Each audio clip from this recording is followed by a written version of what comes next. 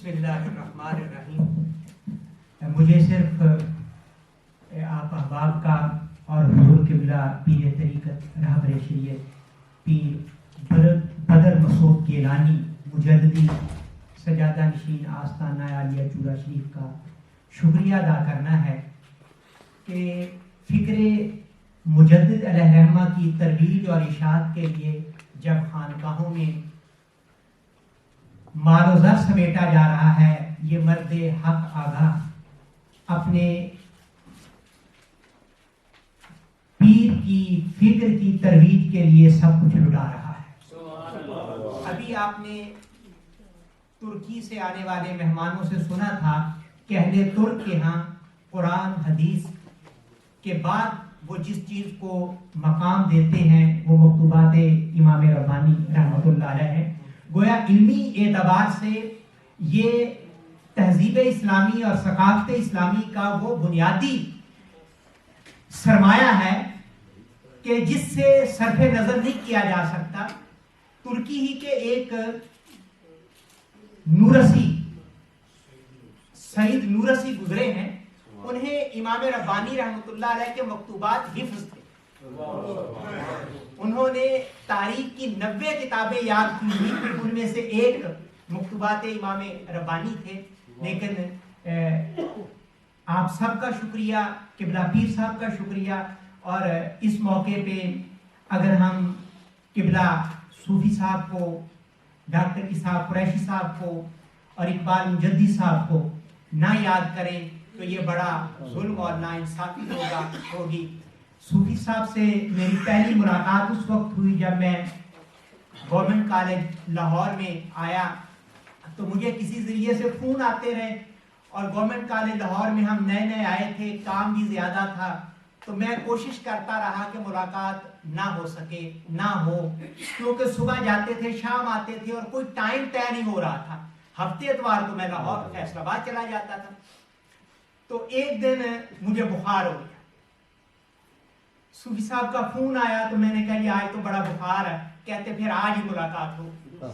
وہ اس عمر میں جب ان سے وہ بیمار تھے، سیڑھیاں چڑھنا مسئلہ تھا، تو وہ مکتبہ قادریہ، یہ جو دربار مارکیٹ ہے وہاں مکتبہ قادریہ کے اوپر ایک فلیٹ تھا، وہاں میں رہتا تھا۔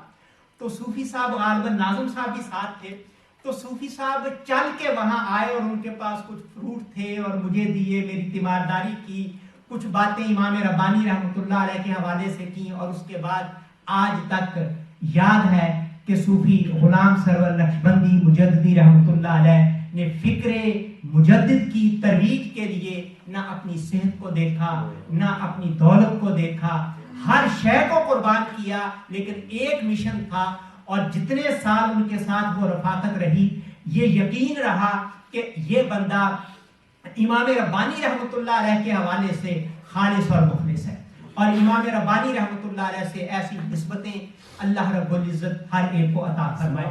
اسی طرح ڈاکٹر اسحاق قریشی رحمۃ اللہ علیہ، پروفیسر محمد اقبال مجددی، جنہوں نے فکر مجددی کی ترویج اور اشاعت کے لیے، اگر دنیا میں فکر مجددی کی اشاعت کے چند نام، 1 2 3 نام گنے جائیں تو ان 3 ناموں میں بھی اقبال مجددی رحمۃ اللہ علیہ کا نام ضرور ہوگا۔ یہ سارے وہ لوگ ہیں جنہوں نے صوفی ناظم بشیر صاحب کو اس طرف لگایا، ہمیں یہ راہ دکھائی۔ آج ہمیں ان کے لیے بھی دعا کرنی ہے، اور یہ عہد بھی کرنا ہے کہ حضرت امام ربانی رحمۃ اللہ علیہ کی جو فکر تھی آج ہمارے لیے کس طرح مشر راہ ہے۔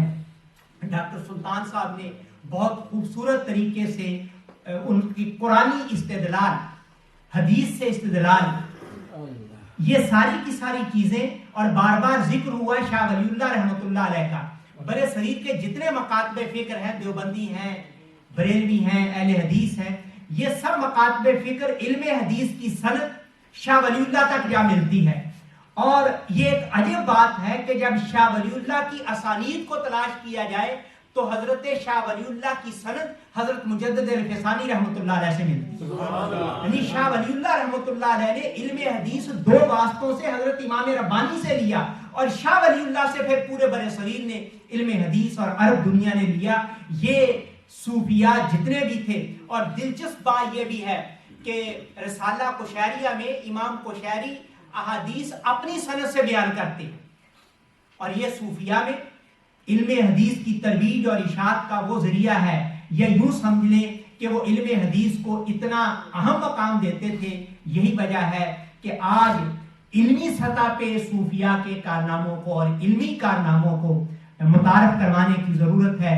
اسی لیے ایک عجب اور دلچسپ بات ہے اور خوشی کی بات ہے کہ علمی حوالے سے کوئی بات ہوتی ہے تو چورا شریف سے ایک پمفلٹ اور ایک کتاب منظر عام پہ آتی ہے، بڑے خوبصورت. آپ اس کا ٹائٹل بھی دیکھیں، ورق بھی دیکھیں اور اس کی خوبصورت اشاعت بھی دیکھیں تو پڑھنے کو دل کرتا ہے. حضرت امام ربانی رحمۃ اللہ علیہ کی تفسیری نکات اور حدیث کے حوالے سے جو ڈاکٹر صاحب ذکر کر رہے تھے، پروگریسو بکس نے اس حوالے سے جو نمایاں کردار ادا کیا ہے. پروفیسر اقبال مجدی رحمۃ اللہ علیہ کی جتنی کتابیں تھیں، رسالہ اثبات النبوہ اور دیگر کتابیں، یہ ساری کی ساری ان کا بھی ہمیں شکریہ ادا کرنا ہے. جواد رسول صاحب آپ تشریف فرما ہیں، حافظ صاحب تشریف فرما ہیں، ہمیں ان کا بھی شکریہ ادا کرنا ہے کہ جب کتاب دوستی سے رشتہ ٹوٹتا جا رہا ہے، یہ جیسے کیسے بھی ہے، لوگوں کا رشتہ کتاب سے قائم رکھنے میں اپنا حق ادا کر رہے ہیں، اپنا رول ادا کر رہے ہیں. اور وہ سارے دوست جو اس حوالے سے کسی بھی طریقے میں اپنا کردار ادا کر رہے ہیں، ہمیں شکر گزار ہونا چاہیے ان کا، اس لیے کہ وہ ہماری تہذیب کے اہم عناصر کے محافظ بنے ہوئے ہیں. اللہ رب العزت ہمیں امام ربانی رحمۃ اللہ علیہ کے فیضان سے بہرہور فرمائے. آپ احباب کا بہت شکریہ، ناظم بشیر صاحب کا شکریہ، آستانہ عالیہ چورا شریف سے وابستگان جتنے بھی تشریف لائے ان سب کا شکریہ. میں سمجھتا ہوں کہ یہ وابستگان کی تربیت کا وہ خیال ہے جو شیخ کو اپنے مریدوں کا رکھنا چاہیے، اور یہ خیال آپ کا بدرجہ عتم رکھا جا رہا ہے. اس پہ آپ کو فخر کرنا چاہیے اور اللہ کا شکر ادا کرنا چاہیے. وآخر دعوانا ان الحمدللہ رب العالمین والصلاۃ والسلام علی امام الانبیاء والمرسلین.